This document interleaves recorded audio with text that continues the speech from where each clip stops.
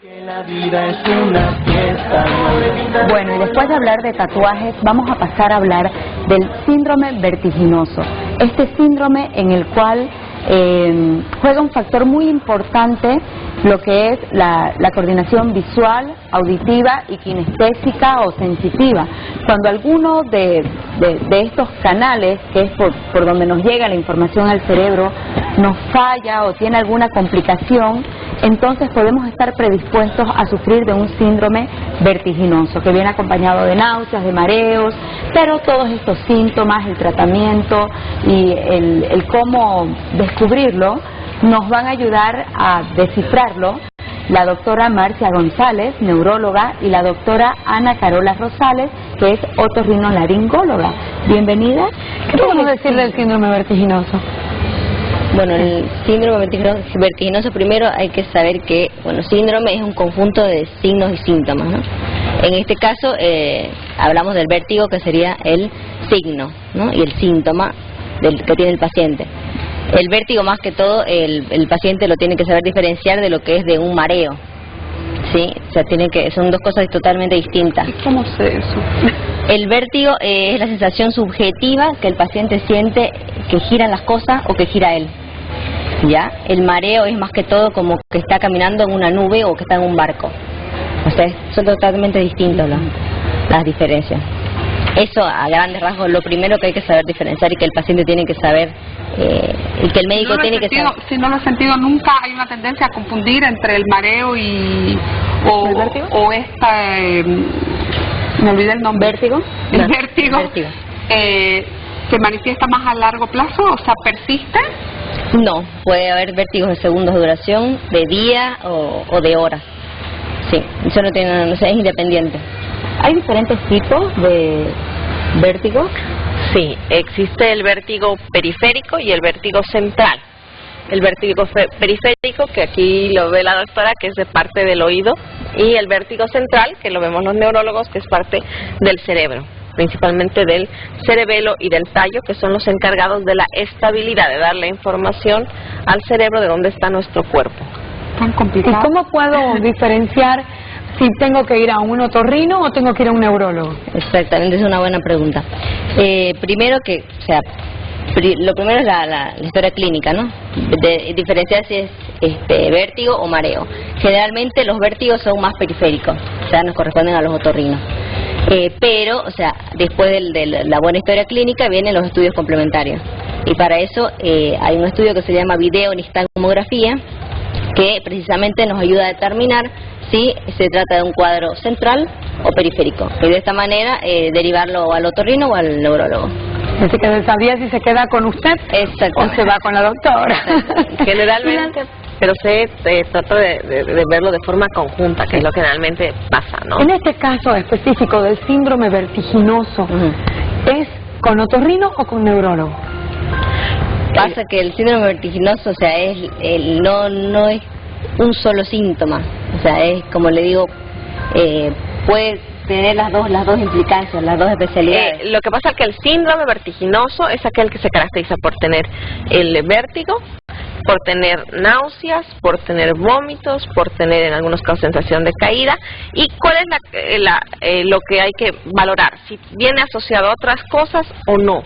A otras cosas como datos neurológicos, que pierda la motilidad de un lado del cuerpo o de la cara.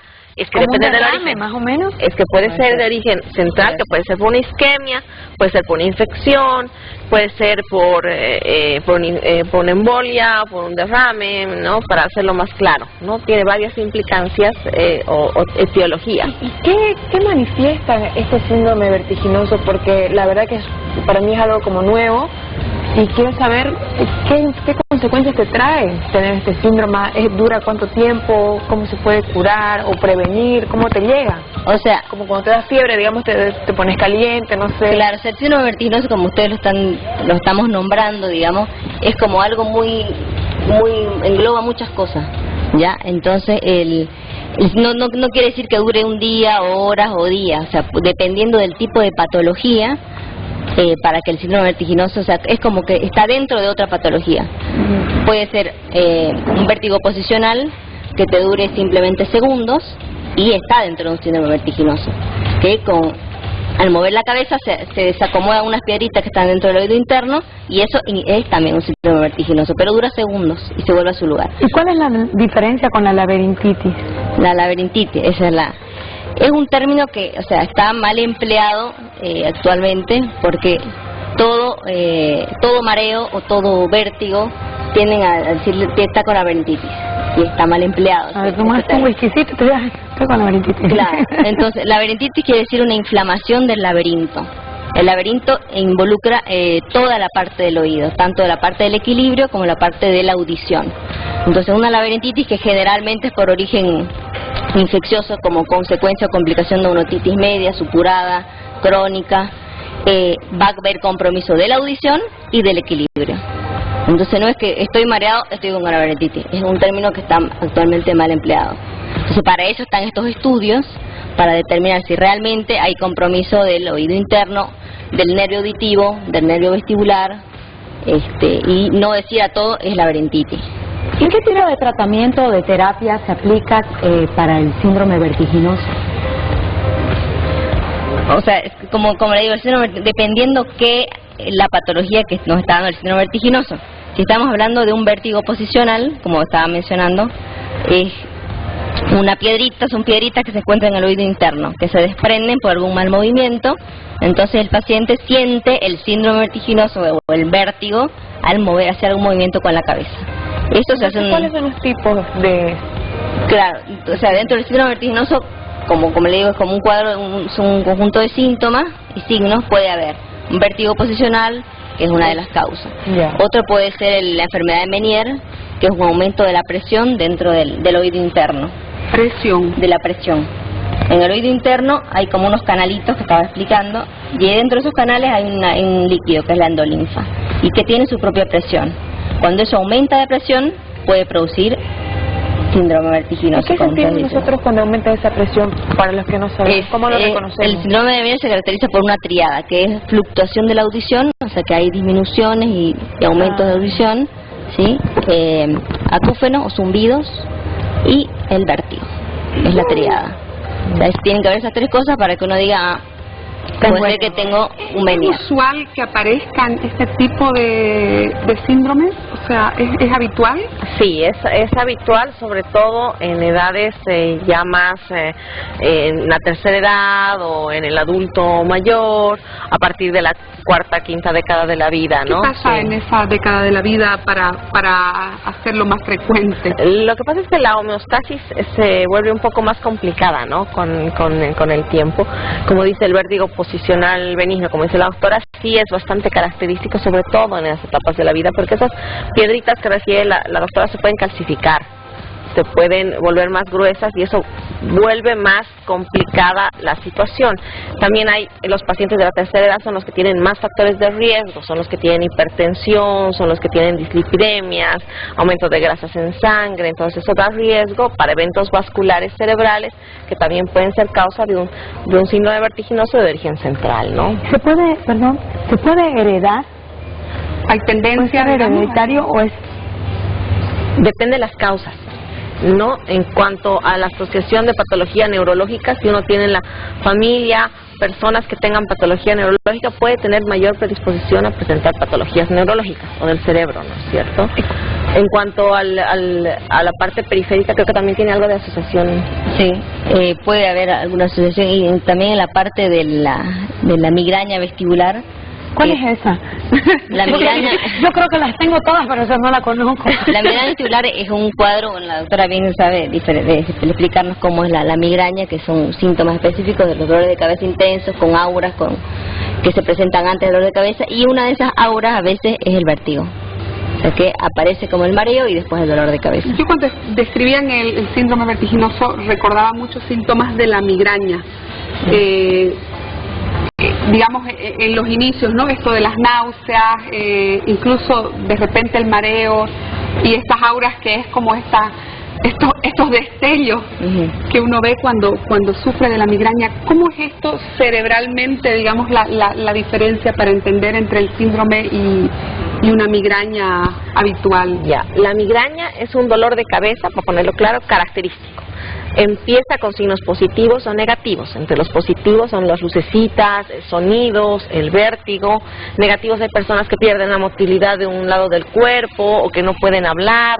Y después de un tiempo de estos síntomas aparece el dolor de cabeza, que es muy intenso, que no cede y que mejora cuando nos quedamos en silencio, oscuras. Nadie nos hable, nos mire, no. Exacto, y no nos toque. Miren, no me toque, no respire junto a mí. Y en cambio el síndrome vertiginoso comienza con sobre todo el vértigo, con las náuseas, con los vómitos, con todo asociado. No tiene estos tiempos de presentación, sino más bien es un inicio todo abrupto. junto. Sí. Perfecto. Me pongo a pensar ahorita que están hablando de lo difícil y duro que son los síntomas estos para quienes hemos tenido algún mareíto leve por ahí en los primeros meses de embarazo o qué sé yo, o algún día que perdiste el equilibrio y sentiste que se te movía el piso.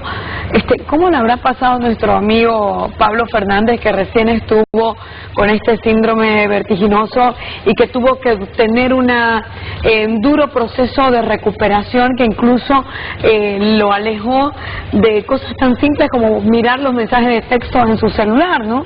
La bulla, la música, y la rehabilitación es dura en ese sentido, ¿no? Así es, y precisamente por eso también queremos escuchar la opinión de la doctora Raquel Huertas, neurologopeda, que nos va a hablar acerca de este síndrome vertiginoso. Palabra de mujer. Bueno, estos pacientes al principio hay que ver qué movimientos son los que les genera un malestar visible, qué es lo que genera un peor malestar en ellos. Lo que se hace con el paciente es ver los movimientos que, como te decía, le generan un malestar bastante visible y ellos al principio, cuando entran a la consulta, prácticamente cuando se le hace la anamnesis terminan agarrados y sin poder moverse, porque los tiempos de mareo son bastante extensos. Sin embargo, cuando ya se ve qué movimientos son los que generan mayor malestar, se sigue haciendo ese tipo de movimientos, ¿ya? Para que el cerebro siga, a ver cómo te explico, para que el cerebro se acostumbre o la misma persona pueda compensar con la vista también el poder hacer todos esos movimientos sin que haya un mareo tan grande, ¿no? Lo que se hace es una rehabilitación de compensación. Palabra de mujer. Escuchaba yo el tema de rehabilitación y compensación, el tema de no girar, de trabajar el tema de los ojos, y conversábamos también nosotros un poco, gente que vive con episodios que son recurrentes, ¿cómo se hace para continuar con la vida cuando estas situaciones tan molestas vuelven? Claro, o sea, primero que nada hay que saber por qué está, o sea, la etiología y la causa de por qué el paciente está sufriendo esos episodios recurrentes. Y para eso, como les había mencionado antes, no había nada para poder ayudar a los pacientes. Ahora ya hay estudios, como mencioné, la videoneurotomografía, y dependiendo de cuál es el origen del vértigo, podemos evitar que este paciente tenga esa recaída. Lo importante ahí es hacer un buen examen, Exacto. llegar al fondo del asunto para ver si es neurológico. Porque ahora en realidad ningún paciente tendría por qué estar sufriendo ese tipo de padecimiento tan recurrente, porque la verdad es muy discapacitante para el paciente. ¿Se puede curar o simplemente se lo mantiene controlado? No se puede. Se puede curar. Sí, se puede curar 100%. Existe, bueno, dentro de lo que más claro nos puede quedar para la gente en general, existe la fisioterapia vestibular, existe la fisioterapia de la marcha y el equilibrio, dependiendo del origen. Todo depende de cuál es la causa del vértigo. Si encontramos cuál es la causa, hay unos más difíciles y otros más fáciles, pero sí se puede curar. ¿Y cómo lo prevengo? Eso lastimosamente no hay forma de prevenir. No puedo decir, bueno, si voy a entrar a la piscina, me tapo mis oíditos, no cotonete, no se puede prevenir. No, prohibidísimo. No se puede prevenir. Lamentablemente, cuando viene cualquiera sea la parte periférica, yo hablo, ¿no? No hay forma, pero la parte, esto que estaba hablando del Meniere, que es el aumento de la presión, se cree que el estrés es un factor gatillo, digamos, desencadenante del aumento de la presión del oído interno. Mientras Entonces, no me diga de esa forma algo podríamos estar hablando de una prevención, digamos, pero en ese tipo de causa. Pero el vértigo posicional no hay forma de creo que ahora que es la primera vez, Susana, que estamos hablando de una enfermedad y no nos recomiendan haga ejercicio y coma sanito. Pero agradecer a la doctora Marcia González, neuróloga, y a la doctora Ana Carola Rosales, otorrinolaringóloga, por acompañarnos hoy y aclararnos y educarnos en realidad en cuanto a este síndrome vertiginoso. Muchas gracias a ustedes por invitarnos. Gracias a ustedes por venir. Hacemos una pausa y ya volvemos. Una fiesta, no hay mal que por bien no venga. No dejes pasar la hora y pinta de colores este corazón. Mal que por bien. Y después de 60 minutos de buena plática ha llegado el momento de agradecer a las tiendas que nos visten para que usted nos vea bonitas y presentables todos los días. En mis pies calzo unas bellísimas botas con un estilo de cocodrilo de paso. Mi vestuario, como siempre, es de morena rosa. Mis accesorios son de Claudia Mercado y mi arreglo personal es gracias a 0722. Mis pies siempre de paso, muchísimas gracias por estas bellezas. Gracias también a Sexto Sentido por mi vestuario. Y a Ozono por cuidar siempre mi arreglo personal. Hermosas mis botas altas de Scarpe, color negra, aprovechen el descuento por cambio de temporada. Gracias a Laranja por mi vestimenta el día de hoy. Gracias a 0722 por cuidar mi arreglo personal y a la Cermet por el cuidado de mi piel. Muchísimas gracias a Cristófoli por estos bellísimos zapatitos de su nueva colección, además de que cuenta con el 50% de descuento. También a Claudia Karen por mi vestuario, una faldita con una blusita dorada también. Y por supuesto muchas gracias también a Mariana Rosas de Man Uruguay por mi arreglo personal de todos los días. No se olvide, búsquenos en Facebook como Palabra de Mujer y dele me gusta para que pueda conocer los temas que vamos a hablar a diario, y también déjenos saber sus curiosidades para que nosotros podamos aclararlos aquí en Palabra de Mujer. Muchísimas gracias por acompañarnos.